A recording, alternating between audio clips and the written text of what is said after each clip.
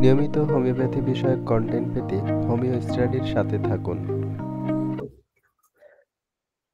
বিসমিল্লাহির রহমানির রহিম। আজকের এই ক্লাসটা কিন্তু খুব চমৎকার একটা টপিক নির্বাচন করা হয়েছে, সেটা হচ্ছে কলেলিথিয়াসিস। কলেলিথিয়াসিস এটা খুব কমন একটা প্রবলেম। প্রায় অনেক রোগী আসে এই কলেলিথিয়াসিসের সমস্যা নিয়ে। তো বরাবরের মতো আমি আপনাদের সাথে আমার স্ক্রিনটা একটু শেয়ার করি, যাতে আপনাদের সুবিধা হবে। তো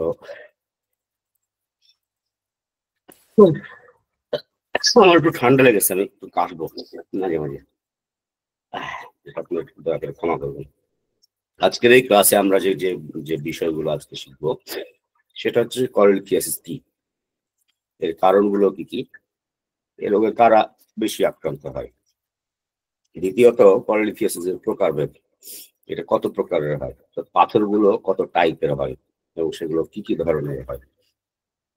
এই কলেলিথিয়াসিস বা গলস্টোন যেটা বলি আমরা, এটা ক্লিনিক্যাল ফিচার, সাইন এবং সিমটমস গুলো কি হবে সেটা আমরা জানবো। সাইনের মধ্যে মারফিস সাইন, মারফিস সাইন এই পিত্তথলির পাথর নির্ণয়ের জন্য, ডায়াগনোসিসের জন্য খুব ইম্পর্টেন্ট একটা সাইন। এই সাইন টেস্টটা কিভাবে করতে হয়। আমরা আরো জানবো মেরিজিস সিনড্রোম কি, মেরিজিস সিনড্রোমটা হলে কি ধরনের লক্ষণ দেখতে পাওয়া যায় এবং সমস্যা কি ধরনের হয়। অর্থাৎ কলেলিথিয়াসিসের মধ্যে আবার আরেকটা ডিজিজ আমরা আলোচনা করব, যেটা কলেলিথিয়াসিস রিলেটেড। কলেলিথিয়াসিসের কমপ্লিকেশন গুলো কি কি, প্রগনোসিস কি হতে পারে, এটা কোন কোন ক্ষেত্রে এটা বিপজ্জনক হতে পারে। আর আজকে আমরা যে শব্দগুলো আমাদের কাছে নতুন, এই শব্দগুলো নতুন নতুন শব্দ যে আমরা শিখবো, সেই নতুন নতুন শব্দগুলো আমরা কি কি শিখবো সেটাও আমরা আজকের এই টপিকসে জানবো। আর কোন কোন প্যাথোলজিক্যাল ইনভেস্টিগেশনের মধ্যে কলেলিথিয়াসিস ডায়াগনোসিস করা সহজ হয় সেটাও জানবো আমরা। কনফার্মেটিভ টেস্ট কয়েকটা জানবো। আর সেই সাথে আমরা যদি কখনো প্রয়োজন হয় বা প্রয়োজন মনে করি বা প্রয়োজন হতেই পারে যে রোগীকে সার্জারির অ্যাডভাইস দেওয়া, সার্জারি যদি করতে বলি আমরা, তো সেক্ষেত্রে আমরা রোগীকে কি ধরনের অ্যাডভাইস দিব, কাদের সাথে যোগাযোগ করার পরামর্শ দিব, কত ধরনের পিত্তথলির অপারেশন গুলো আছে, এই বিষয়গুলো আমরা বিস্তারিত আলোচনা করব। এবং সম্ভাব্য ঔষধগুলো কি হতে পারে, ঔষধের আলোচনা কিন্তু আমরা খুব কম করি। আজকেও যে করবো এই বিষয়ে নিশ্চিত না, কিন্তু একটা পসিবিলিটি আছে যে করতে পারি আমরা। যাই হোক, আমরা প্রথমে চলে আসবো যে কলেলিথিয়াসিস, হোয়াট ইজ কলেলিথিয়াসিস। আমাদের যে লিভার আছে, এই লিভারের পেছন দিকে খাঁজে, আমরা তো জানি লিভারের 4টা লোব, অনেকে বলে লিভারের 2টা লোব, না লিভারের 2টা লোব না, লিভারের 4টা লোব। মনে রাখতে হবে লেফট লোব, রাইট লোব, এই লোব দুটো বড় এবং পেছন দিকে আরো 2টা ছোট ছোট লোব আছে, একটা হচ্ছে কর্ডেট এবং আরেকটা কোয়ার্ডেট। এই 4টা লোব নিয়ে লিভার। সুতরাং এই খাঁজের ভেতর ভাগটার ভেতরের অংশে একটা ঝিঙ্গের সমান, ঝিঙ্গের চাইতে ছোট ছোট্ট সাইজের একটা ঝিঙ্গে, যেটা সাইজ প্রায় 10 সেন্টিমিটার লম্বা। তো এই লম্বাটে ধরনের, আপনারা ছবিতে যদি দেখেন তাহলে দেখতে পাবেন যে এই লম্বাটে ধরনের যে অর্গানটা আছে, থলি আছে, এই থলিটাই হচ্ছে পিত্তথলি। এবং আপনাদের যারা সুবিধার্থে আরো বলি, মা বোনরা যারা আছেন তারা যখন মাছ মাংস কাটেন, তখন এই এই মাছের এই লিভার থেকে এই থলিটাকে আলাদা করে দিয়ে কিন্তু তারা রান্না করেন, না হলে এই অংশটা খুব তিতো। এবং মনে রাখতে হবে এই পিত্তথলি থেকে যে বাইলটা সিক্রেশন হয়, লিভারে উৎপাদিত হয়, এবং লিভারে উৎপাদিত হয়ে এখানে যে রাইট এবং লেফট যে হেপাটিক ডাক্ট, এটা যেন আমরা না ভুলি, এগুলো হেপাটিক ডাক্ট। এবং এখান থেকে গলব্লাডারের সাথে যেটা আছে, এটা দিস ইজ সিস্টিক ডাক্ট। এটা কিন্তু ভুলবো না আমরা, এটা সিস্টিক ডাক্ট, এটা হেপাটিক ডাক্ট, রাইট এবং লেফট হেপাটিক ডাক্ট। এবং এখান থেকে আসছে যেটা, সেটা হচ্ছে কমন বাইল ডাক্ট। কমন বাইল ডাক্ট এসে এখানে প্যানক্রিয়াসের ভেতরে যে প্যানক্রিয়েটিক ডাক্ট আছে, এখান দিয়ে যে প্যানক্রিয়েটিক ডাক্ট আছে এর সাথে কিন্তু সংযুক্ত হয়েছে, এবং অ্যাম্পুলা অফ ভ্যাটার বা ভ্যাটার অ্যাম্পুলা যেটাকে বলে অ্যাম্পুলা অফ ভ্যাটারে ডুডোনামে এসে ওপেন হয়েছে। পিত্তথলিতে এই যে রসটা বা যেটাকে আমরা বাইল বলি, এটা কিন্তু ভীষণ করসিভ, অর্থাৎ ক্ষতকর।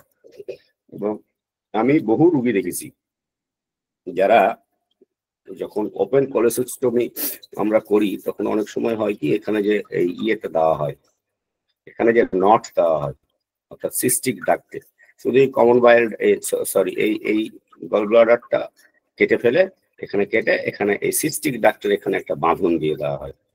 যখন সিস্টিক ডাক্টের এখানে বাঁধন দিয়ে দেওয়া হয় তখন বাইলটা কিন্তু সরাসরি লিভার থেকে এই কমন বাইল ডাক্ট দিয়ে কিন্তু আসে, এই হেপাটিক ডাক্টের ডাক্ট দিয়ে কমন বাইল ডাক্ট দিয়ে আসে, তখন আর লিভার কিন্তু এখানে কোনো ফাংশন করে না।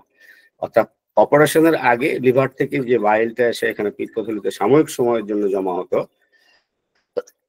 এবং যখন প্রয়োজন হতো তখন এই গলব্লাডার তখন এই সিস্টিক ডাক্ট দিয়ে বাইলটাকে ছিটকে এখানে স্প্রে করে দিত, সেটা কিন্তু আর হবে না, তখন তখন ডাইরেক্ট হবে।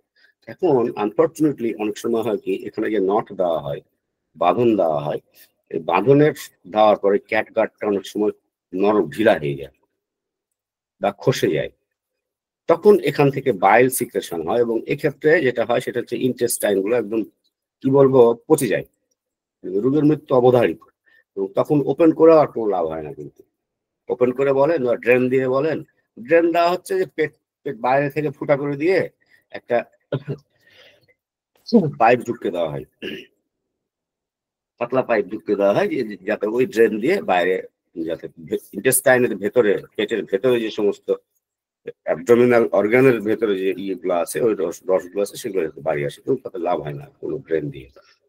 যাই হোক, এটা কলোলিথিয়াসিস বা গলস্টোন যেটাই বলি না কেন আমরা, এটা খুবই কমন একটা প্রবলেম, এবং হোমিওপ্যাথিতে কিন্তু একটা নির্দিষ্ট পরিসীমা পর্যন্ত রোগী ভালো হয়, কিন্তু সব রোগী যে ভালো হবে এমন কিন্তু কথা নাই। আমরা সে আলোচনাগুলোতেই আমরা আসব। এখন আমরা আসি যে গলস্টোনের কারণগুলো কি। প্রকৃতপক্ষে এটার কারণ বলা যাবে না যে কি কারণ। কলেসিস্টাইটিস হচ্ছে পিত্তথলির প্রদাহ, অর্থাৎ গল ব্লাডারে যদি ইনফেকশন হয় বা ইনফ্লামেশন হয়, এই গল ব্লাডারে যখন ইনফ্লামেশন হবে তখন আমরা ওটাকে বলবো কলেসিস্টাইটিস, এবং যখন পাথর হবে তখন আমরা সেটাকে বলবো কলেলিথিয়াসিস। কলেলিথিয়াসিস এবং কলেসিস্টাইটিস এর দুটা যেন আমরা না বলি। আচ্ছা, আর একটা কারণ হলো যদি এমন হয় যে যখনই কলেসিস্টাইটিস হয় তখন এই কলেসিস্টাইটিসের কারণে যদি গলব্লাডারের ওয়াল খুব বেশি যখন ফুলে যায়, এই কন্ডিশন যদি আসে যে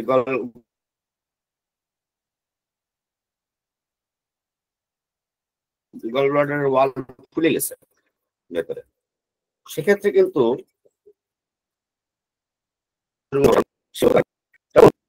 বাইল সল্টের যে উপাদানগুলো আছে, অর্থাৎ বাইলের যে উপাদানগুলো আছে, বাইলের উপাদানের মধ্যে বাইল সল্ট, বাইল পিগমেন্ট, বিভিন্ন উপাদান আছে, এগুলো তখন একটু একটু করে পদক্ষেপ গাঢ় হতে থাকে। গলব্লাডার কিন্তু কনস্ট্যান্ট মুভমেন্ট করে, অর্থাৎ সংকোচন এবং সম্প্রসারণ করে, এবং তার কাজ হচ্ছে নড়াচড়া করে এই পিত্ত রসটাকে বা বাইলটাকে ও কিন্তু ইয়ে করতে দেয় না, অর্থাৎ ঘন হতে দেয় না, ওটাকে সবসময় পাতলা রাখে। এটা হচ্ছে তার ডিউটি। তো এটা যদি সে করতে না পারে তখন কি হবে, সেটা হচ্ছে বাইল সল্ট গুলার পদক্ষেপ যোগ্য থাকবে, এবং তখন এই বাইল সল্ট থেকে আস্তে আস্তে তখন স্টোন ফর্ম করবে। এটা আরেকটা কথা। হাইপার লিপিডেমিয়া, অর্থাৎ রক্তে যদি লিপিডের পরিমাণ, লিপিড এক ধরনের তেল বা চর্বি, এটা যদি পরিমাণে বেশি বেড়ে যায় তখন ওটাকে আমরা বলি হাইপার লিপিডেমিয়া।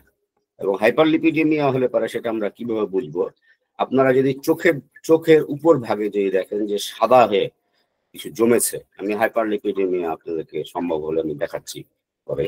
এখানে ওই ছবিটা নাই, আমি আপনাদের ছবিটা দেখাচ্ছি। হাইপারলিপিডেমিয়া হলে কিন্তু তখন পিত্তথলিতে পাথর হওয়ার একটা প্রবল সম্ভাবনা থাকবে। Sickle cell anaemia, sickle cell anaemia আমরা ব্লাড ডিজিজে আমরা আলোচনা করেছি। তো সিকেল সেল অ্যানিমিয়া হলে কিন্তু পিত্তথলি পাথর হওয়ার ঝুঁকি প্রচুর থাকে। আচ্ছা, বাইল অ্যাসিড, ফসফোলিপিড, কোলেস্টেরল এগুলো কিন্তু একটা নির্দিষ্ট অনুপাত থাকে। এই অনুপাতের যদি ইমব্যালেন্স হয়, ভারসাম্য যদি নষ্ট হয়ে যায়, অর্থাৎ কোনোটা কমে গেল, কোনোটা বেড়ে গেল, বিশেষ করে কোলেস্টেরল যদি বাড়ে, সেক্ষেত্রে কিন্তু পাথর হওয়ার সম্ভাবনা বেশি থাকবে, এবং যেটাকে আমরা বলবো কোলেস্টেরল স্টোন, আমরা ওটাতে পরে আসছি। আর দীর্ঘদিন বার্থ কন্ট্রোল পিল বা ওসিপি, ওরাল কন্ট্রাসেপটিভ পিল বলি আমরা, এই ওসিপি যদি দীর্ঘদিন কোনো নারী সেবন করেন, তাহলে তার গলস্টোনের সম্ভাবনা প্রচুর। নিয়ম হচ্ছে একটানা 3 বছর কোনো মহিলা বার্থ কন্ট্রোল পিল খাওয়ার পর অন্তত 2 বছর বার্থ কন্ট্রোল পিল না খেয়ে থাকা, অর্থাৎ সে আর বার্থ কন্ট্রোল পিল খাবে না। কিন্তু আমাদের দেশের মেয়েরা কিন্তু এটা বোঝে না, বা ডাক্তাররাও কিন্তু বলেন, ব্যবসা করাই যেহেতু উদ্দেশ্য, এই মেয়েরা একবার জন্ম নিয়ন্ত্রণ বড়ি শুরু করলে আজীবন ধরে জন্ম নিয়ন্ত্রণ বড়ি খাতেই থাকে, যতদিন মেনস্ট্রুয়েশন চলে ততদিন চলতেই থাকে। তো এটা করা কিন্তু ঠিক না। 3 বছরের পর অন্তত 2 বছর গ্যাপ দেওয়া উচিত জন্ম নিয়ন্ত্রণ বড়ি খাওয়া, এবং কোনো ধরনের কন্ট্রাসেপটিভ মেথড তার ব্যবহারই করা উচিত না। অর্থাৎ তার উচিত তার হাজবেন্ড কন্ডম ব্যবহার করবে, সহজ হিসাব। এখন মহিলাদেরও কন্ডম পাওয়া যাচ্ছে অবশ্য আধুনিক যুগে, এই সময়, যদিও একদম খুবই সহজলভ্য এখনো হয়নি। এবার আমরা আসবো যে তাদের মধ্যে কলেলিথিয়াসিস হওয়ার সম্ভাবনা বেশি থাকে। মনে রাখতে হবে, বয়সটা মনে রাখতে হবে, 35 থেকে 65 বছর বয়সে কিন্তু অধিক আক্রান্ত হয়। এই বয়সটা কলেলিথিয়াসিসের জন্য খুব রিস্কি বয়স, 35 থেকে 65। কিন্তু আমরা দেখেছি যে ছোট শিশুও কিন্তু কলেলিথিয়াসিসে আক্রান্ত হতে পারে। আমার কাছে অন্তত 9টা রোগী আছে যাদের বয়স 9 বছরের নিচে, একজনের 7, একজনের 6, আর একজনের বোধহয় 10। তাদের 3 জনের পাথর আছে, গলস্টোন, ট্রিটমেন্ট চলছে, রিসেন্ট আসছে ওরা। এই ধরনের স্টোনকে আমরা পেডিয়াট্রিক গলস্টোন ডিজিজ বলবো। পেডিয়াট্রিক মানে শিশু, এটা আপনারা সবাই জানেন, পেডিয়াট্রিক গলস্টোন ডিজিজ। পুরুষদের চেয়ে মেয়েদের হওয়ার সম্ভাবনা কিন্তু বেশি থাকে, নারীরা বেশি আক্রান্ত হয় কলেলিথিয়াসিসে। কিন্তু তার মানে এই না যে পুরুষরা আক্রান্ত হয় না, তবে আনুপাতিকভাবে পুরুষরা কম আক্রান্ত হয়। যারা মোটা স্থূল তাদের হওয়ার সম্ভাবনা প্রবল থাকে, ব্যাপকভাবে সম্ভাবনা থাকে। তাহলে আমরা জানলাম যে 35 থেকে 65 বছর বয়সীদের সম্ভাবনা বেশি থাকে, নারীদের হওয়ার সম্ভাবনা বেশি থাকে, মোটাদের হওয়ার সম্ভাবনা বেশি থাকে। যারা পরিশ্রম কম করে এবং সে অনুপাতে বেশি খায়, শারীরিক পরিশ্রম কম করে, ফিজিক্যালি এক্সারসাইজ, ফিজিক্যাল অ্যাক্টিভিটিস কম, কিন্তু আবার খাওয়া দাওয়া অত্যাধিক বেশি। খাওয়া দাওয়ার ক্ষেত্রে তারা আবার নিয়ম শৃঙ্খলা কিছু মানে না, যা পায় তাই খায় এবং বারবার বারবার বারবার খাতেই থাকে, তাদের হওয়ার সম্ভাবনা বেশি থাকে। ফর্সারা বেশি আক্রান্ত হয়, কালোদের চাইতে যাদের রং ফর্সা তাদের আক্রান্ত হওয়ার সম্ভাবনা বেশি থাকে। যাদের, যে সমস্ত মেয়েরা একাধিক সন্তানের মা, অর্থাৎ মাল্টিপ্যারারা বেশি আক্রান্ত হয়। যারা নিঃসন্তান অথবা সন্তান হয়নি অথবা সদ্য বিবাহিতা তাদের কম হয়। যাদের একটা সন্তান হয়েছে তাদেরও কম হওয়ার সম্ভাবনা থাকে, কিন্তু যেক্ষেত্রে 2টা বা 3টা সন্তান যাদের হয়েছে সে সমস্ত মায়েদের হওয়ার সম্ভাবনা বেশি থাকে। পারিবারিক ইতিহাস, ফ্যামিলি হিস্ট্রি একটা ইম্পর্টেন্ট বিষয় এখানে, যে যাদের পরিবারে পিত্তথলিতে পাথর হওয়ার ইতিহাস আছে তাদের হওয়ার সম্ভাবনা কিন্তু ব্যাপক থাকে। আর ডায়াবেটিস মেলিটাসে আক্রান্ত রোগীদের সম্ভাবনা বেশি থাকে আক্রান্ত হওয়ার। এটা বইয়ের ভাষায় খুব সহজ করে বলা হয়েছে 6টা এফ। এই 6টা এফ যাদের মধ্যে আছে তারা খুব ঝুঁকির মধ্যে থাকে। একটা হচ্ছে ফর্সা, একটা হচ্ছে মোটা, একটা হচ্ছে 40 বছর বয়স যাদের, একটা হচ্ছে মহিলা যারা, এবং একটা হচ্ছে ফ্যামিলি হিস্ট্রি, আরেকটা হচ্ছে ফার্টাইল। এই 6টা এফ মনে রাখলে আমাদের জন্য পিত্তথলিতে পাথর কাদের হয় তাদের চিনা সহজ হয়ে যাবে। ফর্সারা বেশি আক্রান্ত হয়, মোটারা বেশি আক্রান্ত হয়, 40 বছর বয়সী যাদের তারা আক্রান্ত হয়, মহিলারা আক্রান্ত হয়, যাদের পরিবারে ইতিহাস আছে তারা আক্রান্ত হয়, এবং যারা সন্তান উৎপাদনের যোগ্য উপযুক্ত তারা বেশি আক্রান্ত হয়। আচ্ছা, এবার আমরা আসি ক্লাসিফিকেশনটাতে, যে পিত্তথলি পাথরের শ্রেণী বিভাগ। আমরা কিন্তু 3 টাইপের পাথর পাই। একটা হচ্ছে কোলেস্টেরল স্টোন, অর্থাৎ এখানে কোলেস্টেরলের ভাগ বেশি এবং কোলেস্টেরল সঞ্চিত হয়েই এই স্টোনটা তৈরি হয়। 2 হচ্ছে পিগমেন্ট স্টোন। কিন্তু পিগমেন্ট স্টোন আপনারা দেখতে পাচ্ছেন কালো। পিগমেন্ট স্টোনের বৈশিষ্ট্য হলো কালো, এবং কোলেস্টেরল স্টোনের বৈশিষ্ট্য হচ্ছে বাদামি রঙের হবে এটা। আর পিগমেন্ট স্টোন কালো বর্ণের হবে। আর হচ্ছে মিক্সড স্টোন। মিক্সড স্টোন দেখতে খুব সুন্দর হয়, অর্থাৎ এটাতে পিগমেন্টও থাকে, বায়ো পিগমেন্টও থাকে এবং কোলেস্টেরলও থাকে। তো এটা এটা দুটাই যেখানে থাকে সে যেটা পাথর তৈরি করে, এই পাথরগুলো মিক্সড স্টোন বলি আমরা। 3 টাইপের পাথর আমরা দেখতে পাই, কিন্তু এটা অপারেশন না করলে কিন্তু বোঝা সম্ভব না। যদিও ব্লাড টেস্ট করলে কিছুটা বোঝা সম্ভব, কোনো কোনো পাথর, সব পাথর বোঝা সম্ভব না। এটা ওপেন করলে তার তখন বোঝা যাবে। আমরা যে লক্ষণগুলো পাবো কোলিথিয়াসিস হলে, সেটা হচ্ছে আসলে অনেক ক্ষেত্রে কিন্তু লক্ষণবিহীন, অর্থাৎ রোগীর যে পিত্তথলিতে পাথর আছে রোগী জানেই না, এবং সাধারণত দেখা যায় যে অনেক সময় ইনসিডেন্টাল ফাইন্ডিংস বলি আমরা, সেটা হচ্ছে যে রোগী কোনো কারণে হয়তো জেনারেল চেক আপ করাইতে গিয়ে আল্ট্রাসাউন্ড করলো, আল্ট্রাসাউন্ড করে ধরা পড়লো যে তার পিত্তথলিতে পাথর আছে। রোগী নিজে কোনোদিনই তো কোনো ধরনের অস্বস্তি বোধ করেনি, ব্যথা বোধ করেনি, ইত্যাদি ইত্যাদি কোনো প্রবলেম বোধ করেনি, কিন্তু হঠাৎ করে দেখা গেল যে রোগীর একটা এমনি একটা সাধারণ চেক আপ করাইতে গিয়ে অথবা অন্য রোগের চিকিৎসা করাইতে গিয়ে পাথর ধরা পড়লো। এটা অনেক ক্ষেত্রেই হয়, এটা মনে রাখতে হবে যে পিত্তথলির পাথর সব ক্ষেত্রে লক্ষণ থাকে না। পাথর ব্যথাটা যখন হয়, নড়াচড়া করলে, পাথর স্টোন যদি নড়াচড়া করে তখন কিন্তু ব্যথা হয়। স্টোন নড়াচড়া না করলে কখনো পিত্তথলিতে পাথরে ব্যথা হয় না। তো যদি আবার নড়াচড়া করতে করতে যদি এটা সিস্টিক ডাক্টে আটকে যায়, সিস্টিক ডাক্টে আটকে গেলে রোগীর কন্ডিশন তখন খুব খারাপ হয়ে যায় এবং প্রচন্ড ব্যথা শুরু হয়, রোগী বমি করতে থাকে, অস্থির হয়ে যায়, রোগী ঘামতে শুরু করে, খুব খারাপ অবস্থা দেখা যায়। যদি ব্যথা হয় তো ব্যথাটা সাডেনলি হবে, হঠাৎ ব্যথা শুরু হবে এবং ব্যথাটা খুব প্রচন্ড হবে। ব্যথার তীব্রতায় রোগী জোরে শ্বাস নিতে বা ফেলতে পারবে না, ছোট ছোট শ্বাস প্রশ্বাস নেবে এবং ফেলবে। ব্যথাটা মনে রাখতে হবে, এটা রাইট হাইপোকন্ড্রিয়াম থেকে একদম রাইট স্ক্যাপুলা পর্যন্ত। রাইট হাইপোকন্ড্রিয়াম আপনারা সবাই জানেন যে কোন কোন অংশটা রাইট হাইপোকন্ড্রিয়াম, এবং রাইট স্ক্যাপুলা এটাও জানেন যে পাখনাকে স্ক্যাপুলা বলা হয়। এই যে পিছের যে 3 কোনা হাড় আছে এটাকে স্ক্যাপুলা বলা হয়। রাইট স্ক্যাপুলা, লেফট স্ক্যাপুলা, পাখনার হাড়। তো পেটের যে রাইট হাইপোকন্ড্রিয়াম আছে, ডান দিকের হাইপোকন্ড্রিয়াম থেকে একদম স্ক্যাপুলা পর্যন্ত ছড়িয়ে পড়া ব্যথা, এটা খুব গুরুত্বপূর্ণ ব্যথার প্রকৃতি।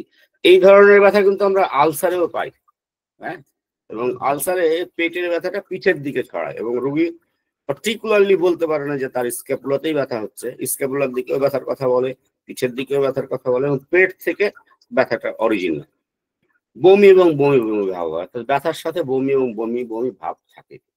সামান্য জ্বর বা জ্বর ভাব থাকতে পারে, নাও পারে, কিন্তু উপরের লক্ষণগুলো অবশ্যই থাকে ব্যথা হলে। এবং হঠাৎ ব্যথাটা থেমে যায়, যেভাবে করে হঠাৎ শুরু হয়েছিল এই ব্যথাটা একটানা 2-3 ঘন্টা থাকার পরে হঠাৎ করে থেমে যায় ব্যথাটা, এবং রোগী 2 বারের মধ্যবর্তী সময়ে কোনো ধরনের ব্যথা অথবা অস্বস্তি বোধ অথবা উপসর্গ এগুলো কোনো কিছু বুঝতে পারে না। আর রোগীর গল ব্লাডার ডিসপেপসিয়া হয়। গল ব্লাডার ডিসপেপসিয়া হচ্ছে gall bladder related, gall bladder সংক্রান্ত কারণে রোগীর অ্যাসিডিটির মতো বুক জ্বালা পোড়া করা, পেটে ফাঁপ হওয়া, টক ঢেকুর উঠা, বদ হজম হওয়া, এগুলোকে বলা হয় সম্মিলিতভাবে এগুলোকে বলা হয় গল ব্লাডার ডিসপেপসিয়া।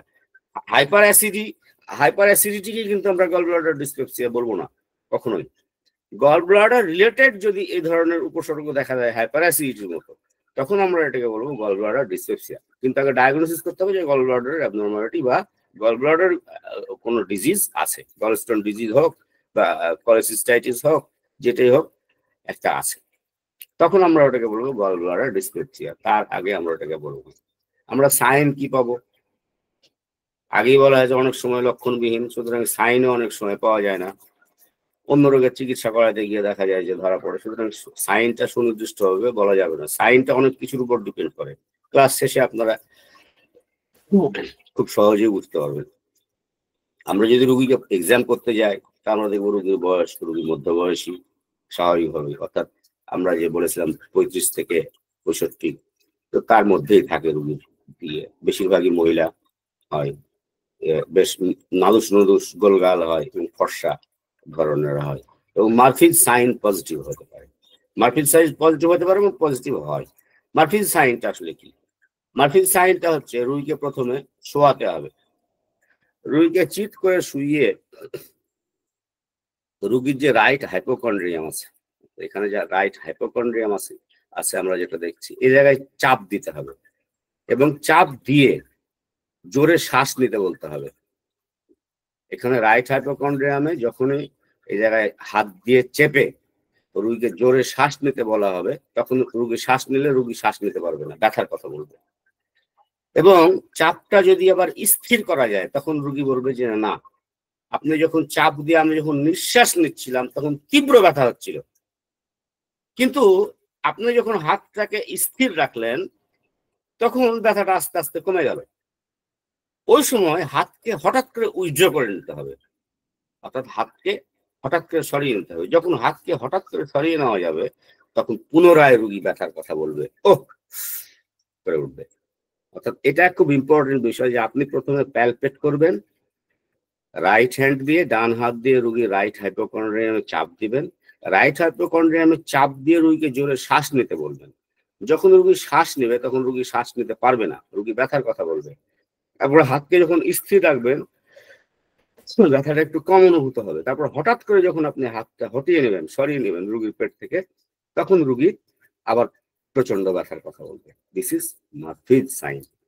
এবং এই সাইনটা এটা পজিটিভ হওয়ার সম্ভাবনা বেশি থাকে।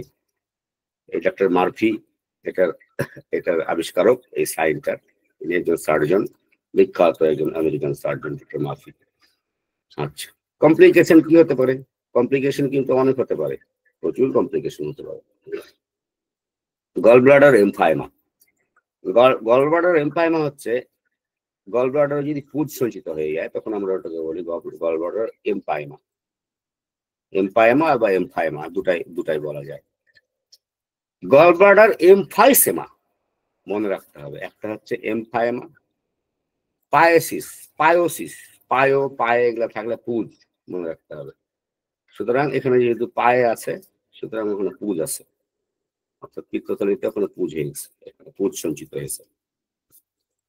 আর এমফাইসেমা হচ্ছে গল ব্লাডার ঝুলে যাওয়া, অর্থাৎ এক টানা যদি পাথর থাকে তখন কি হবে, গল ব্লাডারটা পাথরের ভারে ঝুলে যেতে পারে। যদিও মনে রাখবেন যে পাথরগুলো কিন্তু এত হালকা হয়, একটা বড় সাইজের পাথর যেটা দেখতে বেশ বড়, কিন্তু দেখবেন যে ওটা খামের চাইতেও, অর্থাৎ আপনার হাতে যে খামটা থাকে সেই খামের চাইতেও হালকা। পাথরের কোনো ওজন থাকে না, এবং পাথর যদি ভাঙেন তো দেখবেন যে ভেতরে গুঁড়ো গুঁড়ো হয়ে আছে সম্পূর্ণ। আচ্ছা, গল ব্লাডারে ক্যান্সার ফর্ম করতে পারে। যদি এমন হয় যে পাথর বারবার গল ব্লাডারে ঘষা খাচ্ছে, সেক্ষেত্রে ক্যান্সার ফর্ম করতে পারে। আর যদি এমন হয় যে গল ব্লাডার এমফাইসেমা হলো এবং এমফাইসেমা ঝুলে যাওয়ার পরে এটা তখন হবে কি, ইন্টেস্টাইনের টাচে চলে আসবে। বিশেষ করে ওর পাশেই আছে ডুওডেনাম, একদম। আর ডুওডেনামের সাথে যদি যখন লেগে যাবে, তখন সংযুক্ত হলে আঠার মতন একজন আরেকজনের সাথে অ্যাডিশন হয়ে যাবে। যখনই অ্যাডিশন হয়ে যাবে তখন এটা কি হবে, এখান দিয়ে ফিস্চুলা সৃষ্টি হবে। অর্থাৎ ডুওডেনামের এবং গল ব্লাডারের মধ্যে একটা কমিউনিকেশন তৈরি হয়ে গেছে, তখন ফিস্চুলা হবে। এবং তখন যে এই এই স্টোনটা আছে এটা চলে আসতে পারে তখন এই ডুওডেনামে, এবং ডুওডেনামে আসার পরে যদি এই আপনারা তো লার্জ ইন্টেস্টাইন এবং স্মল ইন্টেস্টাইন এটার সম্পর্ক তো আপনারা ওয়াকিবহাল, সুন্দর জানেন আপনারা। যখনই এটা এই স্মল ইন্টেস্টাইনের দিকে আস্তে আস্তে আগাবে এবং লার্জ ইন্টেস্টাইন থেকে স্মল ইন্টেস্টাইনে এসে যে ছোট নালী আছে যখন আটকে যাবে, তখন কি হবে? প্যারালাইটিক ইলিয়াস। তখন আর ওই ইয়েতে ইলিয়াম আর নড়াচড়া করতে পারবেন, এবং তখন যেটা হবে সেটা হচ্ছে ভয়ানক এক অবস্থার সৃষ্টি হবে। পিত্তথলি থেকে এই পাথর থেকে এই ধরনের হতে পারে। প্যানক্রিয়াটাইটিস হতে পারে। প্যানক্রিয়াটাইটিস সাধারণত হয় কখন? যখন দেখা যায় যে কমন বাইল দাগ দিয়ে এখানে এসে আটকে গেছে, তখন প্যানক্রিয়াটিক ডাক্টে একটা অবস্ট্রাকশন তৈরি হয়ে যায়, এবং প্যানক্রিয়াটিক ডাক্টে যখন তৈরি হয়ে যাবে তখন প্যানক্রিয়াটাইটিস হতে পারে। প্যানক্রিয়াটাইটিস হলে পরে প্রচন্ড ব্যথা হবে, জ্বর হবে, বমি হবে, প্যানক্রিয়াস ফুলে যাবে, এবং এমন হতে পারে যে ডায়াবেটিস মেলিটাসের লক্ষণগুলো দেখা দিতে পারে। আর মেরিজেস সিনড্রোম হতে পারে। আর গলস্টোন ইলিয়াস, যেটা আমি এর আগেও বললাম যে গলস্টোন ইলিয়াস বা প্যারালাইটিক ইলিয়াস, যেটাই বলি না কেন, এটা ইলিয়াম এবং সিকামের মধ্যবর্তী অংশে, এখানে যে ভার্মিফর্ম অ্যাপেন্ডিক্স আছে তার ঠিক উপর অংশে ইলিয়াম এবং সিকামের এখানে যদি স্টোনটা আটকে যায়, তখন এটা মুভমেন্ট হবে না। মুভমেন্ট না হলে ব্লাড সার্কুলেশন বন্ধ হয়ে যাবে, তখন গ্যাংগ্রিনাস কন্ডিশন চলে আসবে। তখন এখানে ব্লাড সার্কুলেশন ব্যাহত হওয়ার কারণে ক্ষতিগ্রস্ত হবে, এবং পচন ধরে যাওয়ার মতন অবস্থা হবে, রোগীর প্রাণ নিয়ে তখন টানাটানি পড়ে যাবে। আর কমন বাইল ডাক্টে সিবিডিতে ইনফেকশন হতে পারে। সিবিডিতে ইনফেকশনটা কোন সময় হয়? যদি এমন হয় যে সিস্টিক ডাক্তার এখানে এসে কমন বা এই সিবিডিতে এসে আটকে গেছে স্টোন, সেক্ষেত্রে এটা হতে পারে। আর অবস্ট্রাকটিভ টাইপের জন্ডিস, অর্থাৎ জন্ডিস যে 3 প্রকারের, এবং জন্ডিসের মূল কারণগুলো কি? একটা হচ্ছে হেমোলাইটিক জন্ডিস। হেমোলাইটিক জন্ডিস তো রক্ত ভেঙে যাওয়ার কারণে হয়, ওটা হবে না। অবস্ট্রাকটিভ জন্ডিস হবে, অর্থাৎ এখানে যদি এমন হয় যে স্টোনটা এখানে আটকে গেছে, তখন এখান দিয়ে আর বাইলটা আসতে পারবে না। যখন বাইল আসতে পারবে না, তখন কি হবে? ওটা ব্লাডের সাথে মিশতে শুরু করবে, এটা ওভারফ্লো করবে এখান দিয়ে, এই কমন হেপাটিক ডাক্ট দিয়ে তখন ওভারফ্লো করবে। যখন ওভারফ্লো করবে তখন কি হবে? তখন ওটা রক্তের সাথে মিশ্রিত হয়ে যাবে। যখন রক্তের সাথে বাইল মিশতে শুরু করবে, তখন রোগীর জন্ডিস দেখা দিবে এবং সমস্ত শরীর চুলকাবে, এবং ত্বকে এক ধরনের ফোস্কাযুক্ত উদ্বেগ দেখা দিবে, এবং ফোস্কাটা ফেটে পানিগুলো বাড়িয়ে গেলে পরে তখন আরাম হয়ে যাবে। আপনার কাছে একটা রুগী এসছে, যে রুগীটা বলছে যে আমার সমস্ত শরীর চুলকাচ্ছে এবং চুলকানোর পর ফোস্কার মতন পানি পড়ছে, এক ধরনের পানি উঠছে ফোস্কা।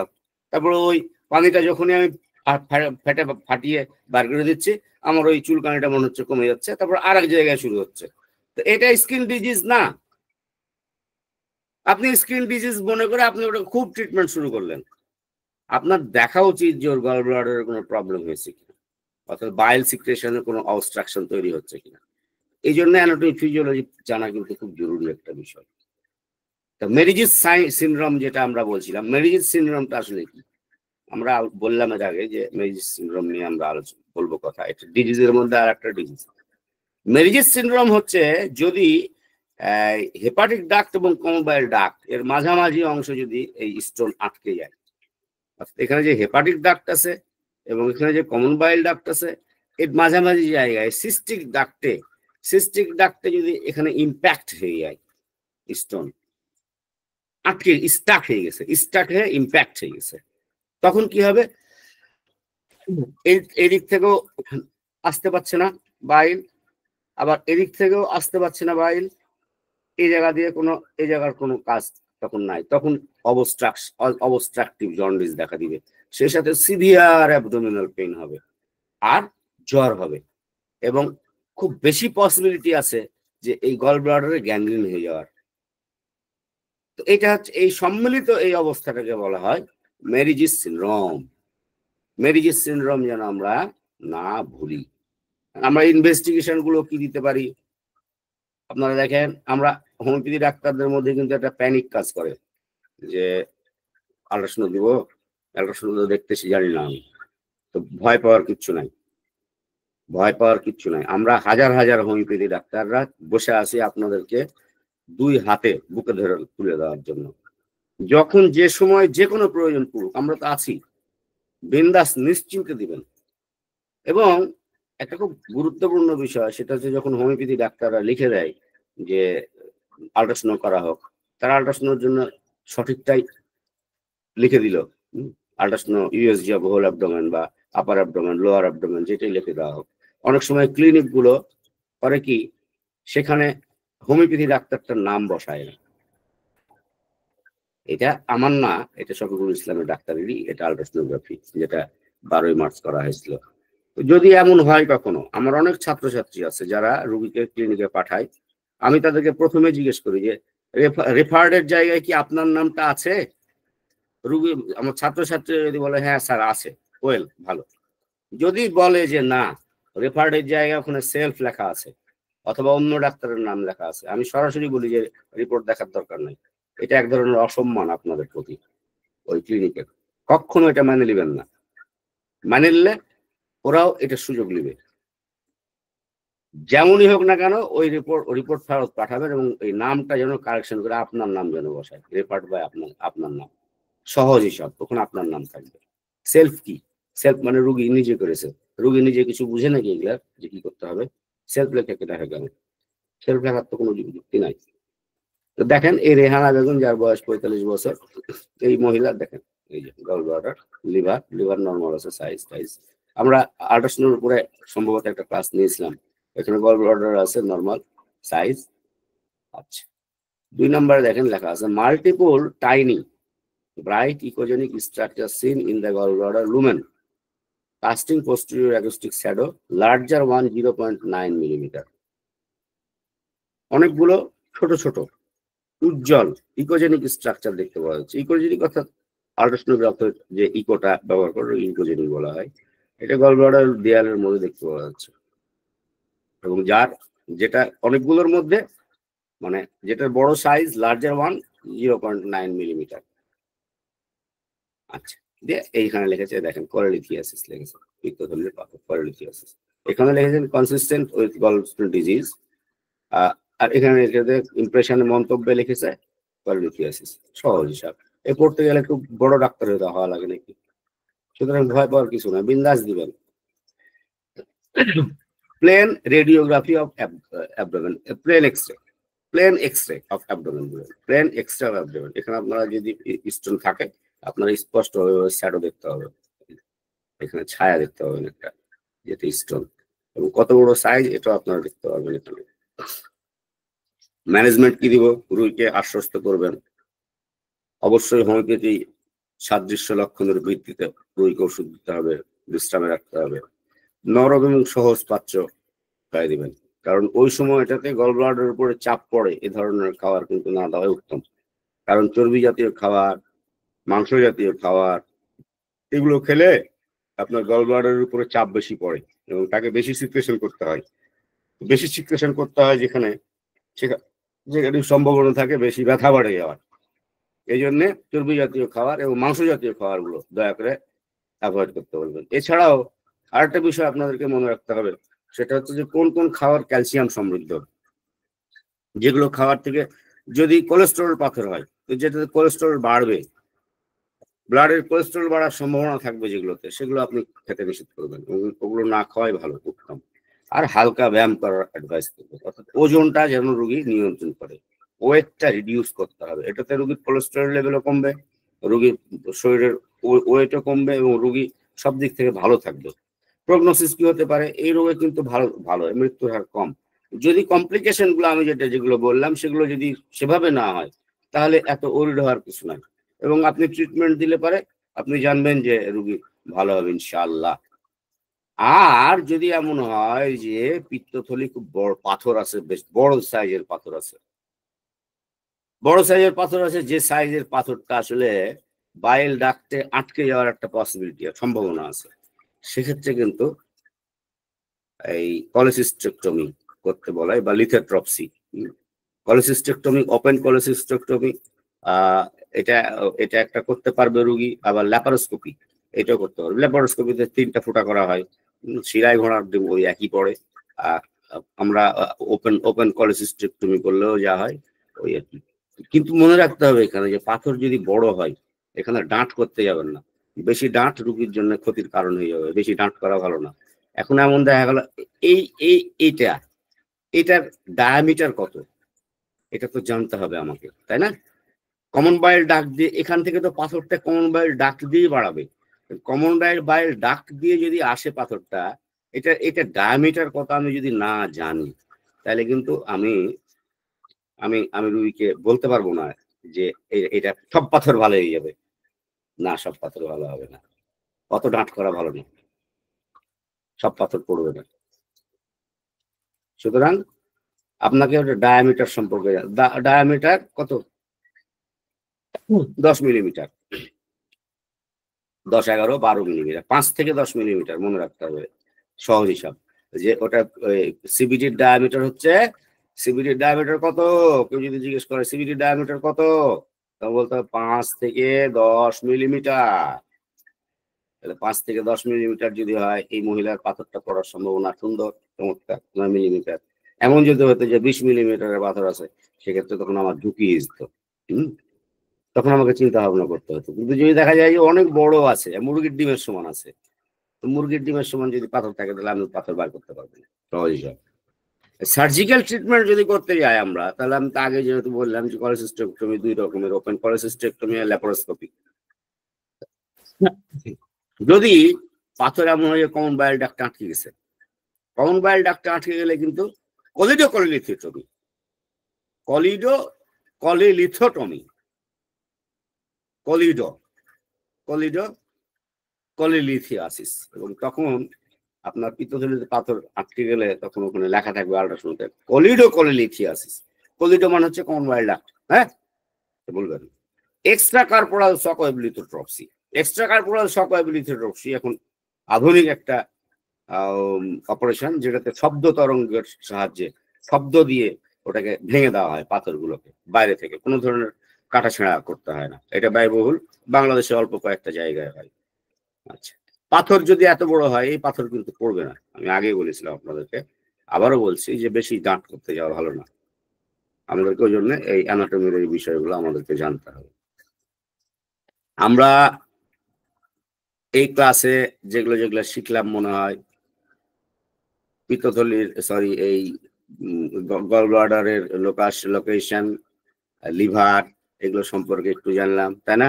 হেপাটোবিলিয়ারি সিস্টেম সম্পর্কে একটু ধারণা পেলাম, সিবিডি সম্পর্কে একটু ধারণা পেলাম, লেন্থ এবং ডায়ামিটার সম্পর্কে ধারণা পেলাম সিবিডির। বিলিয়ারি ট্রি হচ্ছে, এটাকে বলা হয় বিলিয়ারি ট্রি। আপনারা যদি দেখেন যে লিভার থেকে, লিভার এবং এই যে এখানে বিলিয়ারি ট্রি, লিভারের সাথে সংযুক্ত হয়ে আছে এই hepatic duct, cystic duct, common বাইল ডাক্ট, সম্পূর্ণ সবগুলোকে মিলিয়ে যে এই গাছের মতো ছড়িয়ে আছে, এটাকে বলা হয় বিলিয়ারি ট্রি। সহজ হিসাব, বিলিয়ারি ট্রি। হ্যাঁ, আচ্ছা, স্পিংটার অফ ওডাই বা ভ্যাটের অ্যাম্পুলা, কোন কোন জায়গাটা, আমি ভ্যাটের অ্যাম্পুলা আপনাদেরকে বলেছি, ampulla of Vater ampulla, sphincter of Oddi, sphincter of Oddi ওটার সাথে সংযুক্ত হয়ে থাকে, এক ধরনের স্পিংটার। আচ্ছা, আর গল ব্লাডার স্টোনের টাইপ কত প্রকার, এটা সম্পর্কে জানলাম। রেডিওলুসেন্ট, রেডিও অপাক, এটা আলোচনা করিনি। আচ্ছা, আর প্যাঙ্ক্রিয়াটাইটিসের কারণটা সম্পর্কে খুব হালকা আলোচনা করেছি। প্যাঙ্ক্রিয়াটাইটিস বিরাট একটা সাবজেক্ট, সুতরাং প্যাঙ্ক্রিয়াটাইটিস আমরা আলোচনা করতে পারি। এমফাইসেমা মানে কি, এমফাইমা মানে কি মনে আছে সবার? এমফাইমা মানে পুঁজ জমে যাওয়া ওই অর্গানটাতে, এমফাইসেমা মানে ওই অর্গানটা ঝুলে যাওয়া। আর কলিসিস্টোডিউডেনাল ফিস্চুলা, ওই যে ফিস্চুলা আমি দেখালাম, কলিসিস্টোডিউডেনাল ফিস্চুলা। তারপরে কলিসিস্টোকোলনিক ফিস্চুলা, এই যে ছবিটা দেখিয়েছিলাম, অ্যাডিশন হয়ে যাবে, অ্যাডিশন হয়ে যাওয়ার পর ফিস্চুলা হতে পারে। কলিডোকলিথিয়াসিস। যদি এই অংশটাতে আটকায় পাথর তখন আমরা বলবো কলিডোকলিথিয়াসিস। যদি উপর দিকে আটকায় তখন হেপাটিক ডাক্টে আটকেছে, ওই জন্য হেপাটোলিথিয়াসিস। লিথি মানেই পাথর, হ্যাঁ, লিথি মানেই পাথর, মনে রাখতে হবে, লিথি মানেই পাথর। এই যদি এখানে আটকায় তাহলে কলিডোকলিথিয়াসিস, যদি হেপাটিক ডাক্টে আটকায় তাহলে হেপাটোলিথিয়াসিস। কলেনজাইটিস। কলেনজাইটিস, হোয়াট ইজ কলেনজাইটিস? কলেনজাইটিস হচ্ছে, কলেসিস্টাইটিস হচ্ছে পিত্তথলির প্রদাহ। আর যদি এই কমন বাইল ডাক্টের যদি প্রদাহ হয় তখন সেটাকে আমরা কলেনজাইটিস। হ্যাঁ, প্যানক্রিয়াটাইটিস, অগ্নাশয়ের প্রদাহ। গলস্টোন ইলিয়াস। গলস্টোন ইলিয়াস যে দেখালাম আমি ছবিটা, যে কলিসিস্টোকলিনিক কলনিক ফিস্চুলা হওয়ার পর সেটা যদি ইলিয়ামের ওখানে এসে আটকে যায় তখন বলা হয় গলস্টোন ইলিয়াস। কলিসিস্টেক্টমি কি এটা আলোচনা করেছি, কলিডোকলিথেটমি এটা কি এটা আলোচনা করেছি। কলিডোকলিথেটমি এখন নতুন ভাবে করা হচ্ছে, সেটা হচ্ছে যে পাথর এই কমন বাইল ডাককে হালকা করে চিরে পাথরটা বের করে নেওয়া হয়। আগে কিন্তু এটা ছিল না, আগে এটা কাটে ফেলতে হতো, কাটা একটা টি টিউব লাগিয়ে দিত। টি টিউব একদম টি এর মতো রাবারের তৈরি একটা টিউব, আর্টিফিশিয়াল, ওই টিউবটা লাগিয়ে দেওয়া হতো। হ্যাঁ, ওটাতে কমপ্লিকেশন অনেক বেশি হতো, কিন্তু এখন আধুনিক চিকিৎসা পদ্ধতিতে এই কমন বাইল ডাক্টটাকে চিরে ফেলা হয়, চিরে ফেলে পাথরটাকে বের করে আবার এই কমন বাইল ডাক্টকে সেলাই করে দেওয়া হয়। এক্সট্রা কার্পোরাল শকওয়েভ লিথোট্রপসি বা ইএসডব্লিউএল, এক্সট্রা কার্পোরাল শব্দ তরঙ্গের মাধ্যমে করা হয়। হোমিওপ্যাথি থেরাপিউটিক্স আমরা সাধারণত আলোচনা করি না। পাথরের জন্য বেশ ভালো ভালো কিছু হোমিওপ্যাথি ওষুধ আছে, কিন্তু লক্ষণ সাদৃশ্য ওষুধ দেওয়াটাই সবচাইতে বেস্ট, মনে রাখবে। তো যে ওষুধগুলো সবচাইতে কমনলি ব্যবহার করা হয়, বারবারিস খুব ভালো একটা ওষুধ, চায়না খুবই ভালো একটা ওষুধ, ক্যালকেরিয়া কার্পকে যেন আমরা কখনোই না বলি। ওর মধ্যে কিন্তু ফেয়ার, ফ্যাটি, পটি সব আছে ক্যালকেরিয়া কার্পের মধ্যে। চেলিডোনিয়াম মেজাসও লিখে রাখেছি, ভালো ওষুধ। কার্ডুয়াস মেরিয়ান আছে, এটাও ভালো ওষুধ, কিন্তু ক্যালকেরিয়া কার্পের নিচে সবাই। কলেস্টোরিনাম, এই ওষুধটার কথা আমাদের মনে আসে না অনেক সময়। কলেস্টোরিনাম কিন্তু এখন পাওয়া যায় 3x পোটেন্সিতেই পাওয়া যায়, এবং এটা পিত্তথলির জন্য খুব ভালো কাজ করে। লাইকোপোডিয়াম ক্লাভেটাম আপনারা সবাই জানেন, এটাও কলেস্টোরের জন্য ভালো একটা ওষুধ। আর আরেকটা ওষুধকে মনে রাখতে হবে, ফেলটাউরি। ফেলটাউরি কিন্তু পিত্তথলির পাথরের খুব ভালো একটা ওষুধ। এছাড়াও Morgan pure, Morgan Gairdner, batch remedy যেগুলো আছে, এই ব্যাচ রিমেডির ড্রাগ গুলো কিন্তু খুব ভালো। সুতরাং আপনারা ওটা ব্যবহার করবেন, এবং ব্যবহার করলে আপনারা দেখবেন যে খুব ভালো রেজাল্ট পান ওখানে, ভালো রেজাল্ট পায়। তো আজকের মধ্যে শেষ করি। হ্যাঁ, শ্বাসাবলীলা হতে পারে, হ্যাঁ হ্যাঁ, শ্বাসাবলীলা ভালো একটা ওষুধ, কিন্তু মনে রাখতে হবে লক্ষণ নিতে হবে। হ্যাঁ, লক্ষণ না নিয়ে ওষুধ প্রয়োগ করা ঠিক আছে। Thank you very much, thank you very much.